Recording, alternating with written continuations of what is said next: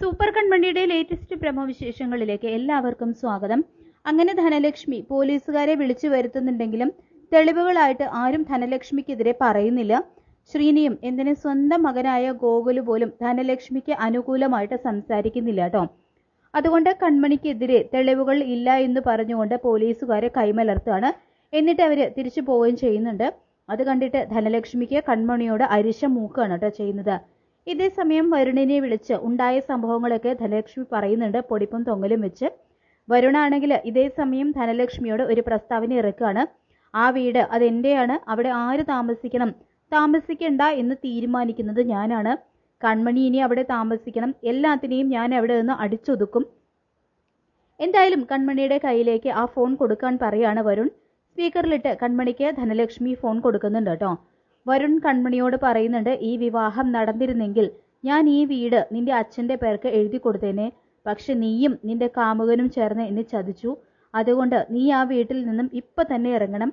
അവിടെ ആര് താമസിക്കണം താമസിക്കണ്ട എന്ന് തീരുമാനിക്കാനുള്ള അവകാശം എനിക്കുണ്ട്. നീ ഇപ്പോൾ തന്നെ ആ വീട്ടിൽ നിന്ന് ഇറങ്ങണം.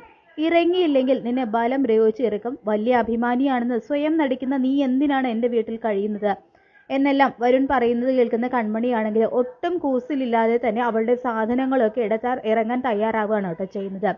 ശ്രീനിവാസനാണെങ്കിൽ ആകെ നിസ്സഹായമായിട്ടുള്ള അവസ്ഥയിൽ എന്ത് ചെയ്യണം എന്ന് അറിയാതെ നിൽക്കുകയാണ്. കൺമണിയുടെ കൈയൊക്കെ ദൂരെ തട്ടി എറിയാണ് കേട്ടോ ധനലക്ഷ്മി. ബാഗൊക്കെ ദൂരെ തട്ടി എറിയുന്നുണ്ട് ധനലക്ഷ്മി. തുടർന്ന് ധനലക്ഷ്മി വേഗം തന്നെ കൺമണിക്ക് അരികിൽ വന്നിരുന്ന്, എന്നോട് കളിച്ചാൽ എങ്ങനെയിരിക്കും?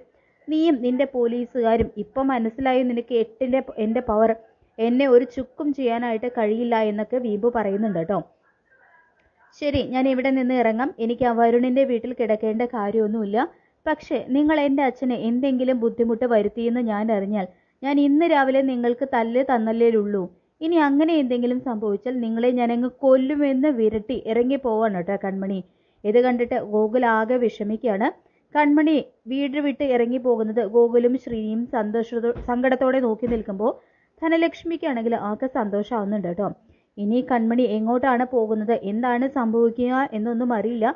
ഈ പോകുന്നത് കൃഷ്ണനെ മനസ്സിലാക്കുമോ, കൃഷ്ണനെ സഹായിക്കാൻ നോക്കിയാലും കൺമണി അതിന് സമ്മതിക്കുമോ എന്നുള്ള കാര്യങ്ങളൊന്നും അറിയില്ല. എന്തായാലും സൂപ്പർ കൺമണിയുടെ വരാൻ പോകുന്ന കിടിലൻ എപ്പിസോഡുകൾക്കായിട്ട് നമുക്ക് കാത്തിരിക്കാം. ഈ റിവ്യൂ ഇഷ്ടപ്പെട്ടെങ്കിൽ ലൈക്ക് ചെയ്യുക, ചാനൽ കൂടി ഒന്ന് സബ്സ്ക്രൈബ് ചെയ്യുക. താങ്ക്